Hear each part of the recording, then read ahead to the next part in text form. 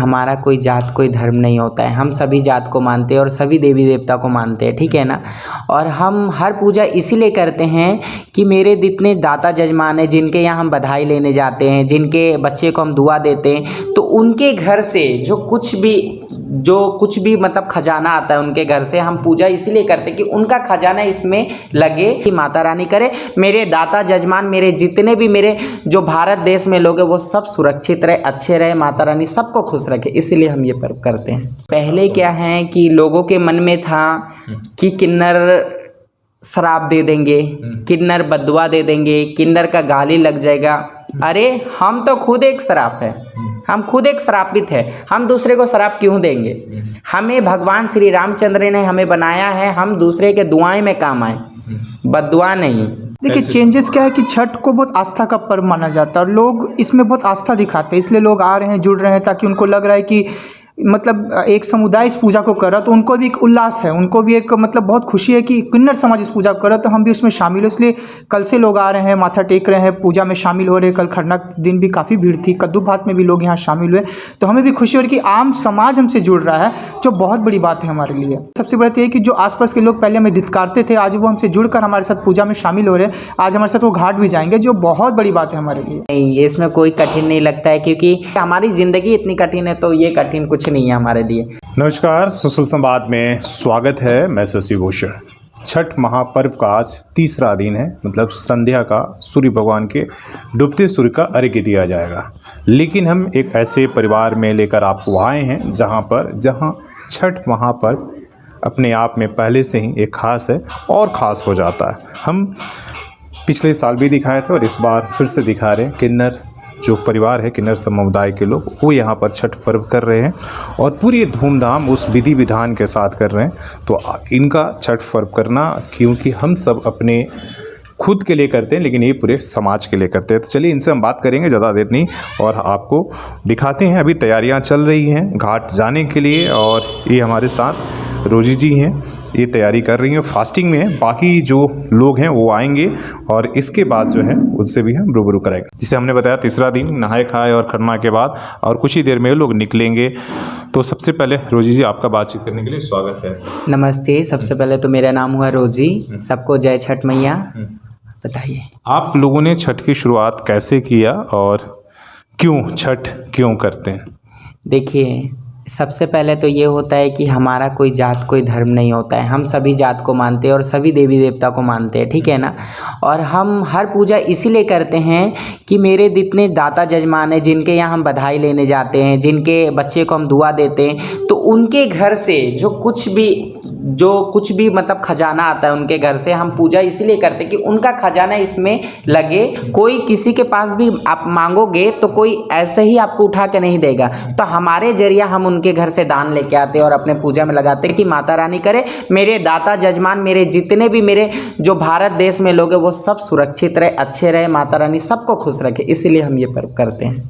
बहुत अच्छी आपने बात कहा, लेकिन देश के बाकी हिस्सों में हमें पता नहीं, इसलिए हम तो खबर करते रहे हैं दिल्ली में। लेकिन यहाँ हम देखते हैं कि आप दुर्गा पूजा, नवरात्रि का पाठ हो, काली पूजा हो, या ये छठ का महापर्व भी आप लोग करते हो और एक अच्छा संदेश देते हो। तो इस बार कितने लोग आपके फास्टिंग कर रहे हैं? पिछले बार भी हमने ये देखा। इस बार हम लोग 3 जन फास्टिंग कर रहे हैं, 3 जन फास्टिंग में, और सहयोग देने के लिए तो कम से कम 50-60 जन आए हुए हैं, लेकिन हम लोग 3 जन फास्टिंग में हैं।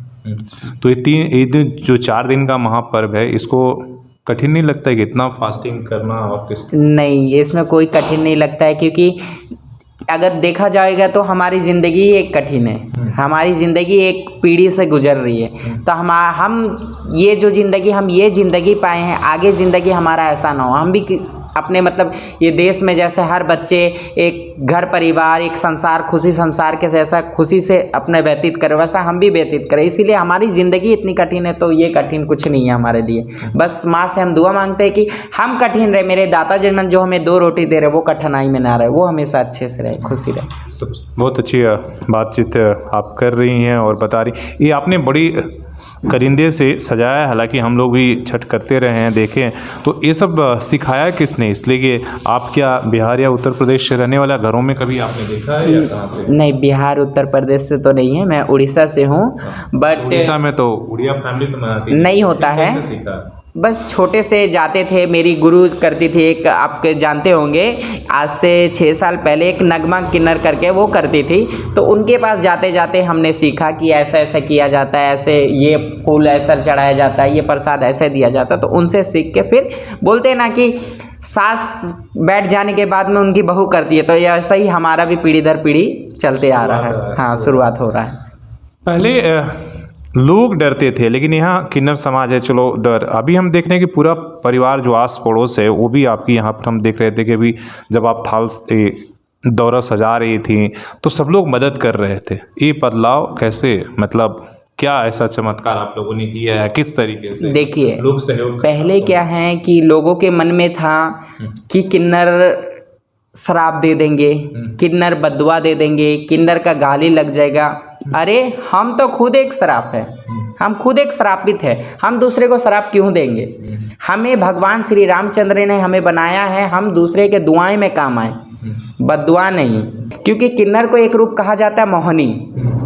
विष्णु ने मोहिनी अवतार लिया था, वो किन्नर का अवतार लिया था। किन्नर के अंदर एक मोहिनी है जो 10, एक लड़की अगर पारोगी उसे 2 लोग देखेंगे, किन्नर पारोगी तो उसे 10 लोग देखेंगे। तो एक किन्नर का अवतार मोहिनी अवतार। इस बार खरना प्रसाद में कितने लोग आए हिस्सा लेने? इस बार खरना प्रसाद में मैक्सिमम नहीं बेसी भी तो 60 से 70 आदमी आए थे कम से कम। आपके किन्नर समुदाय से लोग आए थे कि आस पड़ोस वाले? सब मिल के, सब किन्नर समुदाय के लोग भी थे और ऐसे जो आस पड़ोस के लोग भी थे, सब मिल के सब लोग आए। मैंने यहाँ अभी ये देखा कि जिस तरह से आप लोग छठ पर्व कर रहे हैं, लोगों की सहभागिता आसपास, हालांकि किन्नर समुदाय के लोग तो आ ही रहे हैं, लेकिन आसपास की जो महिलाएं हैं, बच्चे हैं, लोग हैं, उनकी सहभागिता मैं सुबह से जब ये सूप और दौरा उस सजा रही थी तो लोगों की सहभागिता, इस नज़रिए को किस तरीके से देखते हैं? इतनी सहभागिता पर्व में, फेस्टिवल में लोग आपके साथ आकर सेलिब्रेट कर रहे हैं, तो ये चेंजेस जो है, देखिए चेंजेस क्या है कि छठ को बहुत आस्था का पर्व माना जाता है और लोग इसमें बहुत आस्था दिखाते हैं, इसलिए लोग आ रहे हैं, जुड़ रहे हैं, ताकि उनको लग रहा है कि मतलब एक समुदाय इस पूजा को कर रहा, तो उनको भी एक उल्लास है, उनको भी एक मतलब बहुत खुशी है कि किन्नर समाज इस पूजा को कर रहा, तो हम भी उसमें शामिल हो। इसलिए कल से लोग आ रहे हैं, माथा टेक रहे हैं, पूजा में शामिल हो रहे हैं। कल खरना के दिन भी काफ़ी भीड़ थी, कद्दू भात में भी लोग यहाँ शामिल हुए, तो हमें भी खुशी हो रही है कि आम समाज हमसे जुड़ रहा है, जो बहुत बड़ी बात है हमारे लिए।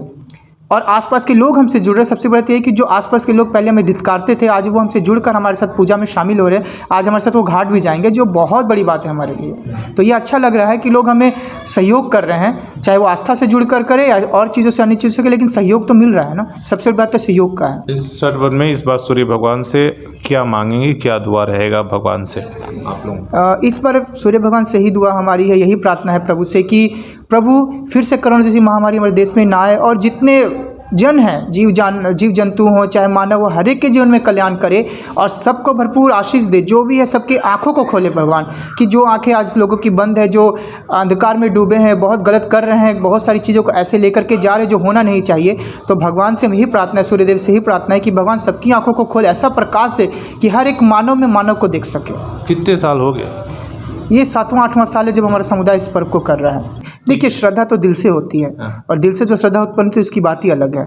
और हम तो सदैव ही ईश्वर के चरणों में अपना निवास मानते हैं, क्योंकि हम ईश्वर के नाम से देखिए श्रृंगार करते हैं। मेरी शादी नहीं हुई है लेकिन हम उसके नाम से श्रृंगार करते हैं। तो जब वो हमारे सब कुछ, तो हम उनके लिए अपनी आस्था दिखाएंगे ना, किसी और के लिए तो नहीं दिखा सकते। इसलिए कोई भी पूजा हो, चाहे नवरात्र हो, चाहे छठ पूजा हो, चाहे दीपावली हो या काली पूजा हो, हर एक में हम श्रद्धा के साथ ही पूजा करते हैं, क्योंकि वही हमारे लिए सब कुछ है। हमारे माता पिता, हमारे पति, हमारे मित्र, हमारे गुरु, सब कुछ हमारे ईश्वर ही हैं। इसके अलावा कोई भी नहीं जो हमें समझे, क्योंकि जब हम दुखी होते हैं तो हमें कोई सहयोग नहीं करता। ईश्वर ही जो हमें संभालते हैं और अपना विश्वास उन पे रखते हैं। और आज हम इस जगह पे कि उनके विश्वास से हम यहाँ बैठे हुए हैं। तो आपको समाज से भी तो कुछ अपेक्षा रही? देखिए समाज से हम हमेशा से यही कहते हैं कि लोग हमें स्वीकार करें, क्योंकि समाज शुरू से हमें स्वीकार नहीं करता, सिर्फ ब्लेसिंग के लिए स्वीकार करता। हम कहीं रास्ते में दिख गए, हमारे पैर छू लिया, हम ले लिया, सिर्फ बात देने के लिए आप हमें स्वीकार करते। और भी चीज़ों में स्वीकार कीजिए। अगर घर में आपके किन्नर बच्चा पैदा होता तो उसे लिखाइए, उसे अच्छी पहुंच तक लेकर के जाइए, नहीं कि उसे घर से निकाल दीजिए, क्योंकि हम भी प्यार चाहते हैं। इसलिए हमें प्यार की ज़रूरत है, प्यार दीजिए। तो हम समाज से ही कहते हैं कि आप जब भी कहीं भी ट्रांसजेंडर को देखते हैं, उसको पैसे नहीं, उसको प्यार दीजिए, क्योंकि हमें प्यार की ज़रूरत है। सही बात है, पैसे तो जो भी बात है, लेकिन कम से कम सम्मान के साथ बातचीत करना और वो सम्मान दिखाना जो औरों के साथ हम दिखाते हैं, तो हमें लगता है कि कहीं ना कहीं इससे बदलाव आएगा। तो आप ये देख रहे थे खास रिपोर्ट हमारी छठ को लेकर, और हम यहाँ से दिखा रहे थे इनके घर से।